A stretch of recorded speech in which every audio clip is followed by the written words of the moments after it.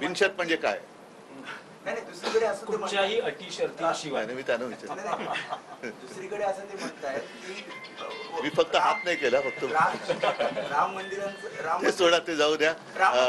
नाही ऐका, मला मी प्रत्येकाला प्रत्येकाचं मत मांडण्याचं स्वातंत्र्य अजून तरी आहे.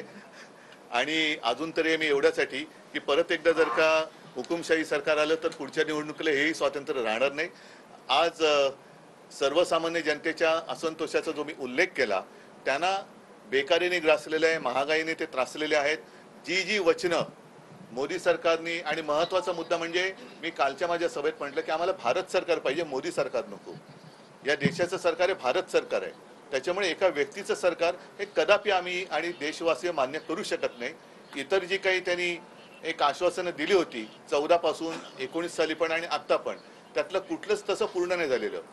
जे बेरोजगारांना रोजगार देणार होते, 15 लाख रुपये आणणार होते, शेतकरी जे त्रासलेले आहेत त्यांच्या शेतमालाचा जो भाव होता तो दुप्पट देणार होते, शेतकऱ्याचं उत्पन्न दुप्पट करणार होतं. अशा अनेक गोष्टी होत्या की त्यातल्यापैकी एक सुद्धा गोष्ट ही साकार झालेली नाहीये.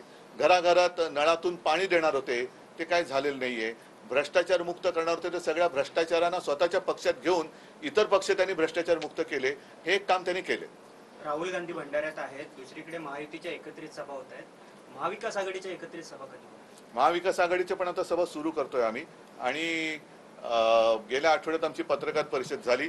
तशी अजून महायुतीची सभा जरी सुरू असल्या तरी युतीच्या जागा वाटपाचा फॉर्म्युला काय अजून जाहीर झालेला नाहीये. त्याच्यामुळे नुसत्या युतीच्या सभा घेऊन काय उपयोग नाहीये. फॉर्म्युलाच नाही आणि सभा घेत आहेत, त्याला काय अर्थ नाही. उमेदवारांचा पत्ता नाही आणि युतीच्या सभा घेतात, याला अर्थ नाहीये. आम्ही महाविकास आघाडीच्या उमेदवारांची घोषणा, जागांची घोषणा केलेली आहे आणि त्यानुसार आमच्या एकत्रित सभा पण सुरू होतील.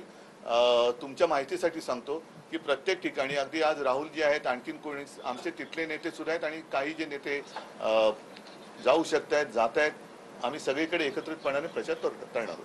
सांगलीमध्ये सर्व आलबेल नाहीये असं चित्र आहे. तुमच्या उमेदवाराच्या विरोधात अपक्ष उमेदवार, मला तो आता जागा वाटप झालेला आहे. आता प्रत्येकाने आपापला पक्ष आणि आपापल्या कार्यकर्त्यांना समजवण्याची आवश्यकता आहे. कारण जागा वाटप झाल्यानंतर साहजिकच आहे, जर आपण मोठं चित्र पाहण्यासाठी एकत्र आलो असू तर तिथल्या कार्यकर्त्यांना त्या पक्षाच्या नेत्यांनी समजवणं गरजेचं आहे. उत्तर मुंबईतून आपल्यासाठी जागा सांगितली गेली होती, परंतु काँग्रेसला तिथून उमेदवार मिळत नाही आहे. घोसाळकर यांना ऑफर दिली गेली काँग्रेसकडून की तुम्ही काँग्रेसच्या चिन्हावर लढा, तर तुमची काय परवानगी असेल? घोसाळकर येतात का विचारा. नाही, ते म्हणतायत की असं काही नाही. घोसाळकर एक जुने कट्टर कार्यकर्ते आहेत आणि यांच्या नुसत्या हातामध्येच नाही तर मनामध्ये, हृदयामध्ये शिवसेना आहे. त्याच्यामुळे आघाडीचा एकत्र प्रचार करणं वेगळं आणि पक्षात जाऊन उमेदवारी घेऊन लढणं हे घोसाळकरांकडनं होणं शक्य नाही. ठीक आहे. आपल्यातून शिंदे गटात गेले वायकर हे उमेदवार असेल उत्तर पश्चिम, त्याकडे कसं बघताय? अमोल कांतीकर विरुद्ध वायकर, म्हणजे परत शिवसेना विरुद्ध शिवसेना इथे पण रंगणार. मी काल एका गोष्टीचा उल्लेख केला होता की शिवसेनेला नकली सेना म्हणणाऱ्यांना आता मला प्रश्न विचारायचे की एवढी लोक तुम्हाला भाड्याने का घ्यावी लागतात? तुमच्या इंजिनाची चाकं निकळल्यात आणि स्टेपनीवरती तुमचं इंजिन चालतंय का? तुमचे ओरिजिनल जे काय होते ती लोक गेली कुठे? आणि आज सुद्धा माझ्याकडे जे भारतीय जनता पक्षाचे लोक येत आहेत ते का तुम्हाला कंटाळले, का कंटाळले? तर त्याचा विचार त्यांच्या नेतृत्वाने त्यांच्या पक्षाच्या हितासाठी करावा अशी मी त्यांना एक विनंती करतो. कारण कोणी एकेकाळी मी त्यांचा मित्र होतो आणि त्या जुन्या नात्यातून त्यांना सांगतोय की स्वतःचा पहिला चेहरा आरशात बघा आणि तुम्हाला मेकअपची एवढी का गरज लागते त्याचा विचार करा. कीर्तीकर असं म्हणाले आहेत मोदींच्या बाबतीत तुमची साथ सोडलेली खासदार.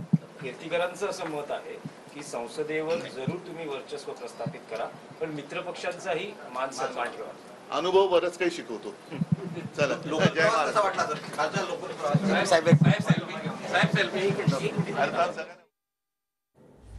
तर सांगलीच्या जागेवर उद्धव ठाकरेंनी उत्तर दिलेलं आहे की जागा वाटप झालेलं आहे, प्रत्येक पक्षानं आपापल्या कार्यकर्त्यांना समजवावं असं उत्तर उद्धव ठाकरेंनी दिलेलं आहे. त्यासोबतच लोकशाही विरुद्ध हुकुमशाही अशा प्रकारची लढत या निवडणुकीत होणार आहे असंही ते म्हणतात.